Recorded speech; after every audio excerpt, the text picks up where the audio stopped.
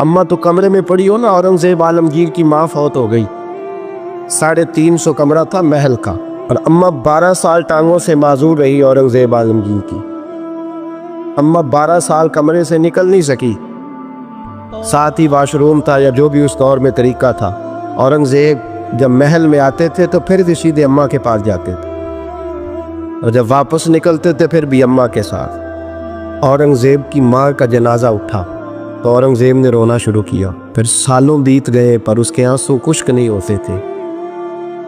एक शख्स ने कहा, तेरी कोई अनोखी मर गई है, सारी दुनिया की मरती हैं। उसने कहा, मैं बादशाह हूँ, 24 घंटे लोगों का आना जाना है, बड़े दबदबे हैं, बड़े डेरेदारियां हैं, बड़ी भैंसें, बड़ी गायें, बड़े खाने वाले, बड़े लांगरी। मेरी माँ बूढ़ी थी, एक कोने में पड़ी रहती थी, पर जब से वो गई है ये मुझे महल नहीं लगता, मुझे कब्रिस्तान लगता है। मुझे लगता है ये कब्रिस्तान है। माँ और बाप तो तेरी नेमत है भाई। बुखारी शरीफ में हदीस मौजूद है, हजरत अस्मा कहती है, मेरी मुशरिका माँ मुझसे मिलने आई कई सालों के बाद।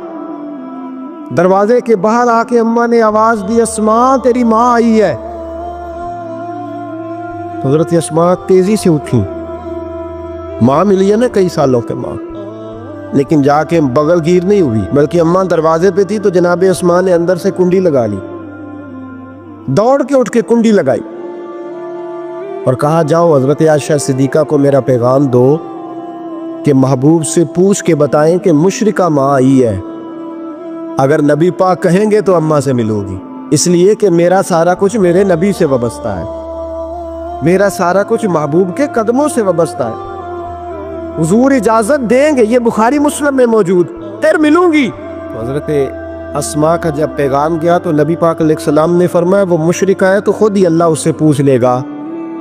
अस्मा से कहो तुम्हारी तो माँ है ना, तुम तो मिले ना। मेरा अब्बा जी जालिम ही बड़ा है हज़रत जी, आपको नहीं पता, बड़े जालिम है, उन्होंने मेरे साथ बड़ी ज्यादतियाँ की हैं। ओ भाई, मेरे महबूब से भी एक सहाबी ने कहा था, या रसूलल्लाह आप कहते हैं वालिदैन की फर्मा बरदारी करो, तो अगर वालिदैन जुल्म करे, वालिदैन अगर जुल्म करे, मेरे महबूब की जुबान से एक हरफ भी कभी फजूल नहीं निकला, बल्कि रब जब फरमाता था तो महबूब बोलते थे। उसने एक दफा कहा, हुजूर अगर वाली जुल्म करे, नबी पाक ने 3 दफा फरमा, औ यज़लिमु, औ यज़लिमु, औ यज़लिमु।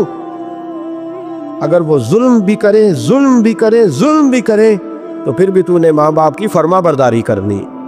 3 दफा महबूब ने इरशाद फरमा। हजरत अस्मा कहती है, हुजूर ने फरमाया, तेरी तो वालदा है ना, तू मिल। फिर पैगाम भेजा का, या रसूलल्लाह वो कुछ तोहफे भी लाएंगे, अगर इजाजत हो तो कबूल करूं। फरमाया, तेरे लिए इजाजत है। हजरत अस्मा इतनी मजबूत मुसलमान थी कि अम्मा मुशरिका थी, लेकिन उसके करीब जाना उन्होंने पसंद न किया जब तक हुजूर इजाजत न दे। फरमाती हैं, जब मेरे अब्बा जी हिजरत के लिए जाने लगे ना गारे सौर पे, तो मेरी ड्यूटी लगा गए। कहने लगे, बेटी तू बड़ी है, पीछे जरा ख्याल रखना। कहती 60,000 दिनार थे घर में। वालिद गिरामी जब गए तो हर चीज ही साथ ले गए, एक पैसा नहीं छोड़ के गए। कहती मेरे दादा नाबीना थे हजरत अबू काफा, बाद में मुसलमान हो गए। वो आए और आके कहने लगे, अस्मा तेरा अब्बा सारा कुछ ले गया है, कुछ छोड़ के भी गया है। तो कहती है, मैं परेशान हो गई, क्या जवाब दूं, दादाजी बूढ़े, ये तो एहतजाज करेंगे। कहती है, कहा नहीं नहीं, बड़ी खैर है, बड़ा करम है। कहा नहीं, मुझे बता कुछ छोड़ के गया है, मुझे उम्मीद नहीं अबू बकर कुछ छोड़ के जाएगा। और जब मोहम्मद इब्न अब्दुल्ला सल्लल्लाहु अलैहि वसल्लम पे खर्च करता है तो हर चीज ही लुटा देता है, बता कुछ छोड़ के गया है। तो हजरत अस्मा कहती, दादाजी बूढ़े थे तो मुझे तजवीज़ आई, मैं जल्दी जल्दी से उठी, छोटे छोटे रोड़े मैंने एक घड़े में रखे, उसके ऊपर मैंने टाट डाल दिया। मैंने कहा, दादाजी पैसे हैं। उनका बाजू थाम के तो मैंने वहां लगा दिया टाट के ऊपर। कहती, टाट के ऊपर लगाया, ये नहीं बताया नीचे क्या। मैंने कहा, ये देखें। कहने लगी, अच्छा अच्छा ठीक है, मैंने ये नहीं कहा पैसे, गलत बात भी नहीं की, देखिए। कहती है, दादाजी को तसल्ली हो गई, वो मुतमईन हो गए। वो मुतमईन हुए तो मेरी आंखों में आंसू आ गए, मैं रो पड़ी। मैंने कहा, देखो रब करीम इस उम्र में मुझसे कैसी खिदमतें ले रहा। जवान बेटी, ये हमारा हंसता बसता शहर है और सारे अपने हैं हम आपस में, लेकिन किसी की जवान बच्ची उस मोहल्लेदार से जिसको वो बचपन से जानती है, कोने में जवान बच्ची 20-22 साल की अगर माचिस लेनी चली जाए तो शोर हो जाता है। वो बेटी निकल आई यदि अब्बा जी शाम को घर आए तो मोहल्लेदार गीबत करेंगे, बेटी तेरी जवान वहां खड़ी थी, आज सब्जी लेने आई थी, माचिस लेने, अब्बा दुर्रा निकाल लेता है, बेटी कैसे बाहर चली गई? भाई अपना मोहल्ला है, सारे अपने लोग हैं, क्यों फिर भी नहीं जा सकती, कैसे गई? 5413 फुट ऊंची गार है, गारे सौर। और जब हम वहां जाते हैं तो तजर्बाकार हाजी मशवरा देते हैं, कहते हैं सवेरे सवेरे जाना फजर की नमाज के वक्त, वरना दोपहर में जाना बड़ा मुश्किल होता है। 3-3 बोतलें बगल में पानी की, रास्ते में 4-5 जगह जो है वो बैठने की जगह बनी हुई है, वहाँ ढाबे हैं चाय के, बोतल के, पानी के, रास्ते बन गए। लेकिन जब हजरत सिद्दीक अकबर नबी पाक को लेके गए, कोई रास्ता नहीं था, दुश्वार गुजार घाटी थी। कहने लगे महबूबा आपको तकलीफ होगी, आप मेरे कंधों पे बैठ गए। पब्बा पहाड़ कदम नहीं जे लाउंदा ते 100 पहाड़ ते चढ़िया जांदा, ओ पिया जांदा दे यार नबी दा, ए असली दिलदार नबी दा। हजरत सिद्दीक अकबर हुजूर को ले गई, ड्यूटी लगाई, फरमाया अस्मा मैं नहीं चाहता, परेशानी जितनी मर्जी है, इमरजेंसी जितनी मर्जी है, पर मेरी मोहब्बत गवारा नहीं करती कि हुजूर सिरकी और खजूर पे गुजारा करे। बेटे ताज़ा खाना पका के पहुंचाना। 5413 फुट ऊंची गार और दिन को डर आए। हजरत अस्मा कहती है मैं रोज ताज़ी रोटी पकाती, खाना तैयार करती, जब दुनिया सो जाती तो मैं पहुंचा के आती। कौन हजरत अबू बकर सिद्दीक की मोहब्बत का अंदाजा करेगा, कौन उस गहराई तक जाएगा। हजरत अस्मा कहती है एक दिन कपड़ा ही कोई नहीं था घर में, औरतें ना सीना बंद बांधा करती थी, अरब के लोग खुले कपड़े पहनते थे तो कमर बंद बांधती, उसे नताक कहते। हजरत अस्मा कहती है मैंने उसे फाड़ा, आधे में रोटी बांध ली और आधा मैंने कमर के साथ बांध लिया। जब लेके गई ना, ये बुखारी है, तो हुजूर ने देखा, हजरत अबू बकर ने देखा कि बेटे तो सीना बांध है, कहा जी आधा वहां है, आधा मैंने बांधा हुआ है। तो महबूब ने फरमाया तू जातुन नताक है ना, तू 2 कमर बंद वाली है। फरमाती है मेरा नाम ही पड़ गया उससे, 2 कमर बंद वाली। हजरत अस्मा रोज खाना पहुंचाती, मोहब्बत बड़े इम्तिहान लेती है। कहती है मैं बड़े वकार वाले घर की मालिक थी, मेरे वालिद कबीले के सरदार थे, कारोबार करते थे तो दौलत भी मैंने हमेशा देखी थी, किसी की ताकत नहीं थी बुरी नज़र से देख सके। लेकिन हजरत अस्मा कहती है रब करीम ने हमसे आजमाइश भी। दूसरा दिन था, हुजूर को गारे सौर में गए तो अबू जाल दरवाजे पे आया, बहुत सारे कुफार उसके साथ थे। ओ भाई इस कैफियत को जरा समझ तो सही, इस अंदाज को कभी समझ तो सही, किस बात की दुश्मनी ले रहे थे। हजरत सिद्दीक अकबर ने किस तरह के इम्तिहानात दिए। सारे कुफार इकट्ठे होके कहती हैं मेरे दरवाजे पे आ गए, दस्तक दी, मैं बाहर आई। अबू जाल कहने लगा कहाँ गया है तेरा वालिद मोहम्मद इब्न अब्दुल्ला को लेके सल्लल्लाहु ताला अलैहि वसल्लम, कहाँ गए? जनाब अस्मा कहती हैं अब मेरे लिए बड़ी मुश्किल हो गई, झूठ बोलती हूँ तो शरीयत नहीं बचती, सच बताती हूँ तो वफा नहीं बचती, किधर जाऊँ? कहती हैं पैरों में जंजीरें हैं, गलत बात कैसे करूँ? उसने फिर पूछा बोलती क्यों नहीं, कहाँ गए? मैं खामोश थी। तीसरी बार फिर पूछा कहाँ गए हैं वो? जनाब अस्मा कहती है मैंने फैसला कर लिया, शरीयत भी बचानी है, वफा भी बचानी है, दोनों चीजें बचेंगी। बोलो कहाँ है? यहाँ तो लोग मर्द होके दीन के लिए नहीं डटते और एक मिनट के लिए भी अकीदे पर मसलक पर डटने को तैयार नहीं होते। लोग देखते हैं मजलिस किस तरह की, उस तरह का रंग इख्तियार कर लेते। जनाब अस्मा डट गई, जनाब सिद्दीक अकबर की साहिबजादी, और कहती है अबू जाल ने चमकाना बता कहाँ है? फरमाती है पता नहीं खुदा ने मुझे कितनी कुव्वत अता फरमाई। मैं बोली और बोल के कहा मैं अबू बकर सिद्दीक की बेटी हूँ, मैं झूठ नहीं बोल सकती। कहने लगी अबू जाल सुन, मुझे पता है वो दोनों कहाँ हैं और मैं तुम्हें बताऊंगी कोई नहीं, मुझे पता है, पर मैं तुम्हें वो हल्का यारा तो बड़े शम की तरह नरम, रिज़्म हक को बातिल हो तो फौलाद है मोमिन, पता है मुझे वो कहाँ है, पर जरूरत है तो पूछ के दिखा। कहती है चौक था मक्के का और मेरा इज्जत वाला घराना था, पर अबू जाल ने भरे बाजार में मेरे मुंह पे थप्पड़ मार दिया। कहती है मेरे कान में बाली थी, नीचे पत्थर था, मैं उसके ऊपर गिरी तो मेरा कान फट गया। लोगों ने अबू जाल को पकड़ा ले गए। फरमाती हैं वो आजमाइश भी मैंने दी, इम्तिहान भी दिया, फिर मैं अंदर आई और मैंने फिर अपने उस बहते हुए खून को अपने कपड़े के साथ साफ किया, मुंह को लपेटा और फिर मैं खाना पकाने लगी। कहती हैं उसी तरह खाना पकाया, उसी तरह तैयारी की। गारे सौर पे जो पहुंची तो अबू बकर सिद्दीक ने लिपटा हुआ मुंह देखा। बेटी को तकलीफ में देखे और फिर बाप रात सो जाए, ये हो नहीं ना सकता। तो कहा अस्मा बेटे चेहरे को क्या हुआ, क्या बात है? अर्ज की कुछ नहीं अब्बा जी। फरमाया नहीं बेटे कोई तकलीफ है, कोई चोट है? नहीं अब्बा जी कुछ नहीं। हुजूर ने फरमाया अस्मा खोल ना बेटे चेहरा क्या है। जनाब अस्मा ने कपड़ा हटाया तो खून बहने लगा। क्या हुआ? अर्ज की हुजूर कुछ नहीं, अबू जाल आया था, पूछता था, क्या बताती?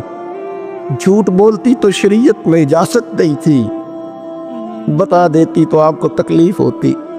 उसने ना भरे चौक में थप्पड़ मारा, मेरा कान फट गया। हुजूर मैंने कुछ बताया नहीं। नबी करीम सैयद आलम अलैहिस्सलातु सलाम के हाथ उठे और अजीब दुआ दी हुजूर ने। कहा अल्लाह मैं अबू बकर से और इसके घर से राजी हूँ, तू भी इनसे राजी हो जा।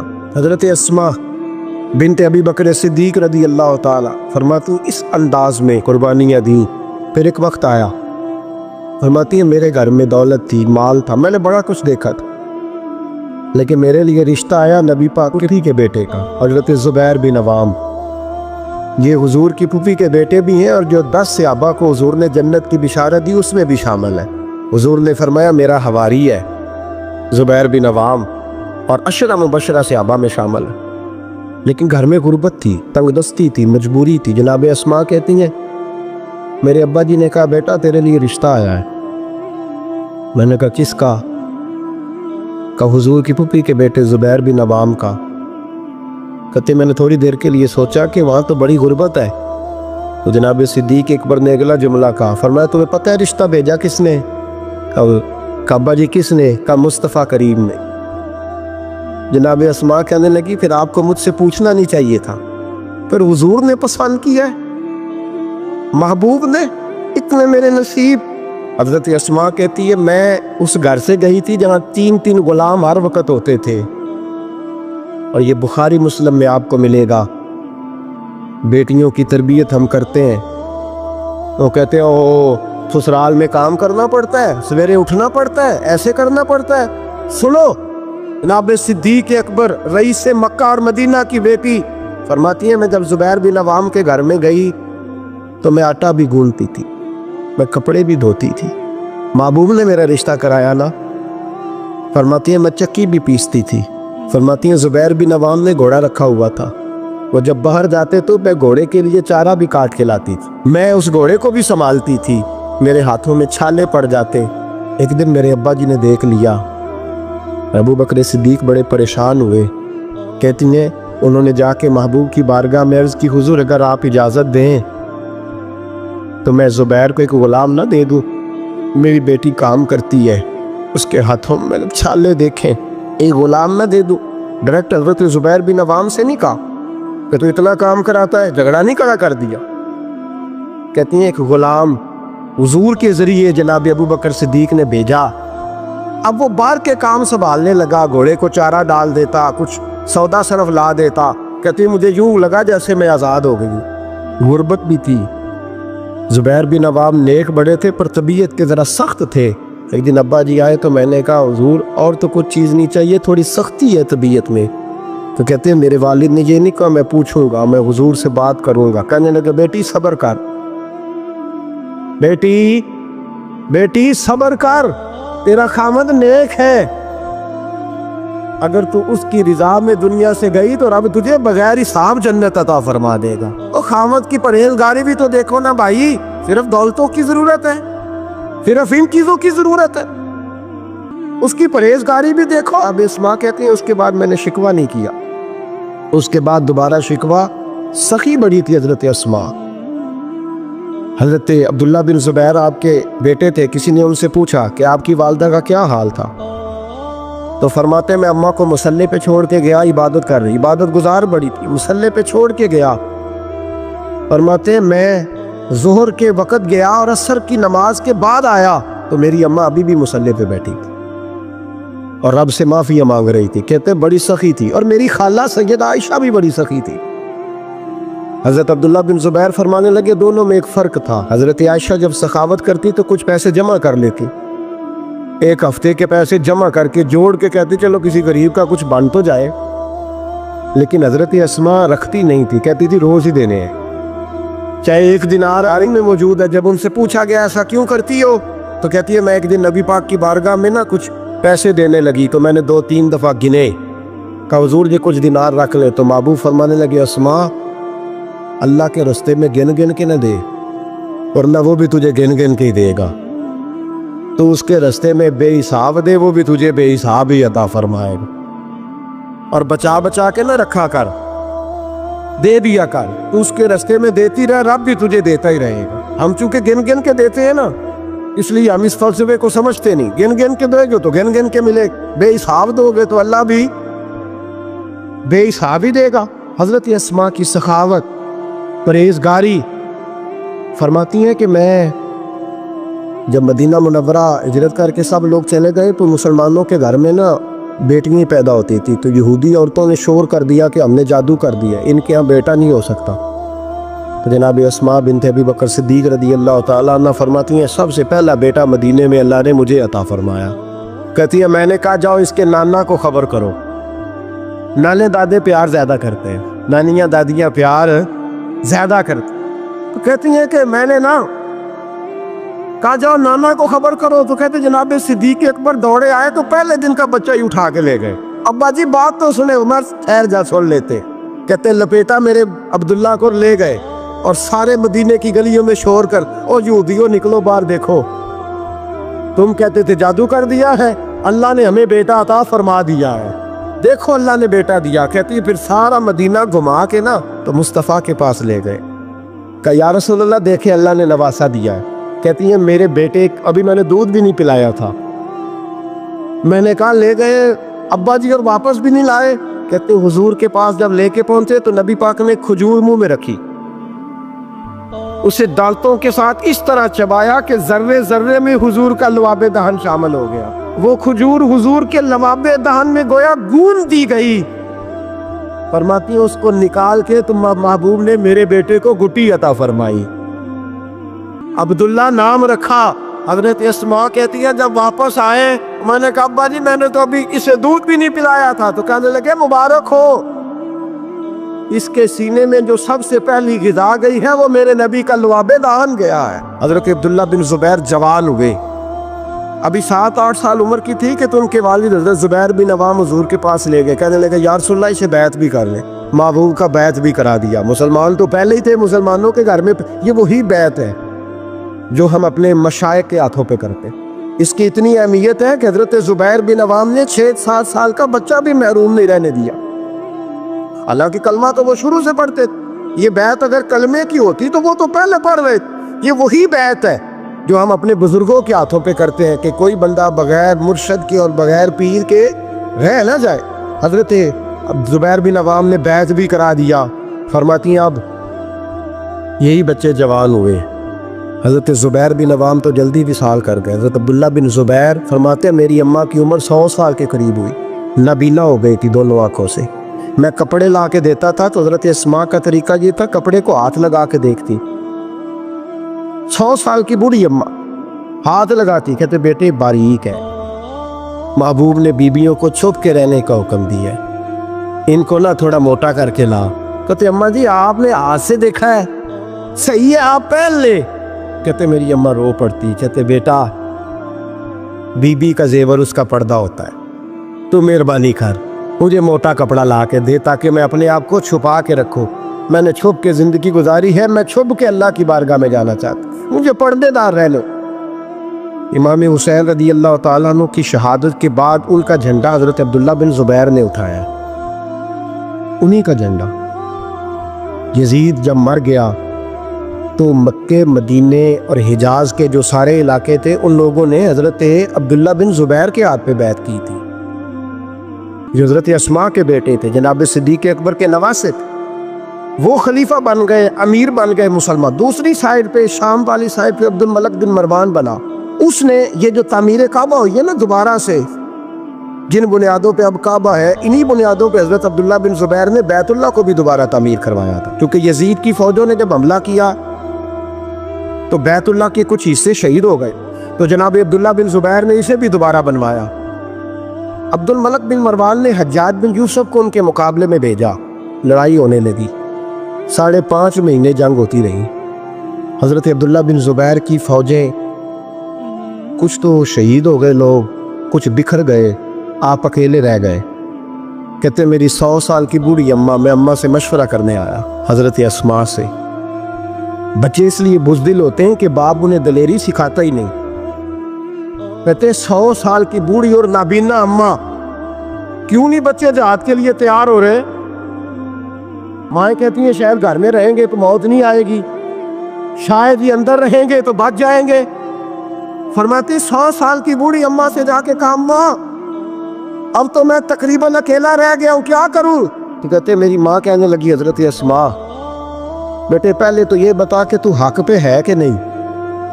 کہ میں نے کہا اماں ہوں تو میں حق پہ۔ تو کہنے لگی جا پھر میدان میں کھڑا ہو جا اور جا کے لڑ، جب تک رب کو منظور ہوگا تجھے زندگی دے گا، اور بیٹا یاد رکھ جسے شہادت ملتی ہے اسے بھی اللہ کی مدد کے ساتھ ہی ملتی ہے، شہادت بھی اللہ کی مدد سے ملتی ہے، میدان میں جا۔